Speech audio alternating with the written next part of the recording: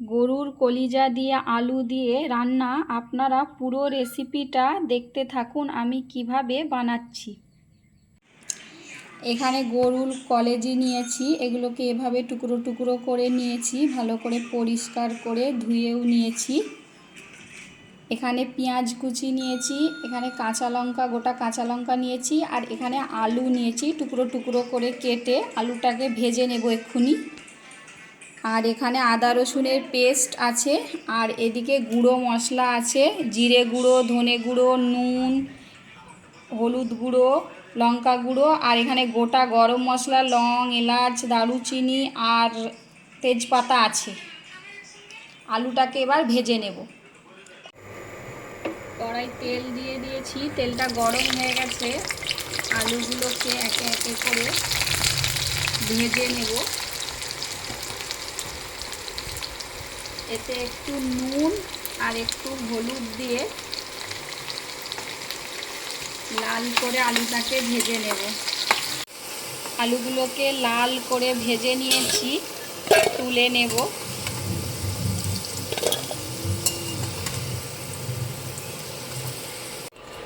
সব আলুগুলোকে তুলে নিয়েছি।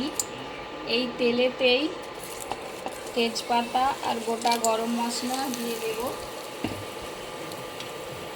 এতেই পেঁয়াজ কুচিটাও দিয়ে দেব।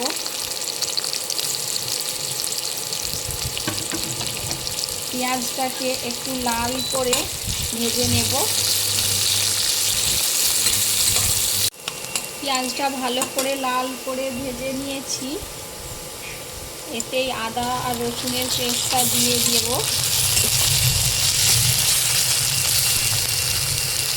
এতে সামান্য পানি দিয়ে দেব।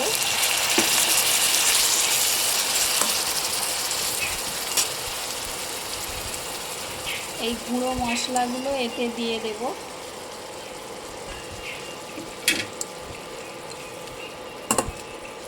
দিয়ে মশলাটাকে একটু ভালো করে কষিয়ে নেব আগে।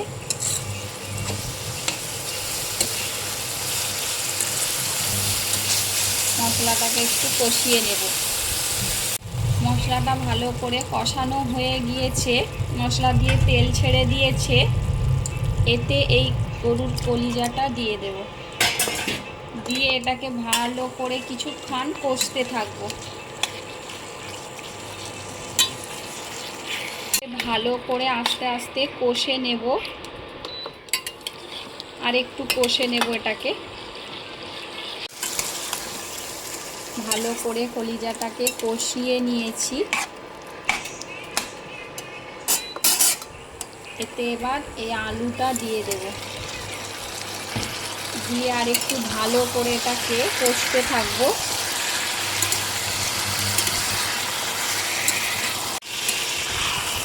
ভালো করে আলু দিয়ে এটাকে কষিয়ে নিয়েছি। এটাকে একটু কষলে ভালো, যত কষবে এ থেকে মশলা থেকে তেলটা ছাড়লে খুবই ভালো হয়, খেতে তরকারির টেস্ট আরও বাড়ে। আপনারা এইভাবে ভালো করে এটাকে কষিয়ে নেবে। আমি ভালো করে কষিয়ে নিয়েছি। এতে এবার পানি দিয়ে দেব। সেদ্ধ হওয়ার মতো পানি দেব।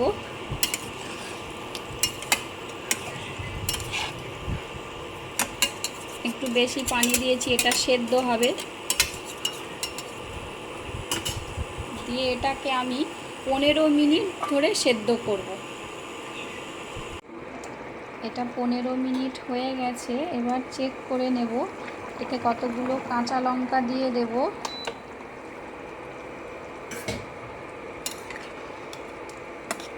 ঝোলটা অনেকটাই কমে গেছে, আর একটু কমিয়ে নেব, আর একটু চাপা দিয়ে দেবো, আর 5 মিনিট।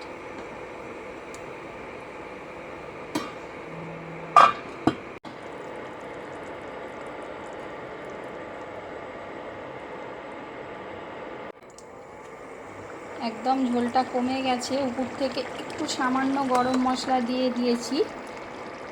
দিয়ে এটাকে অফ করে দেব। এটা আবার হয়ে গেছে।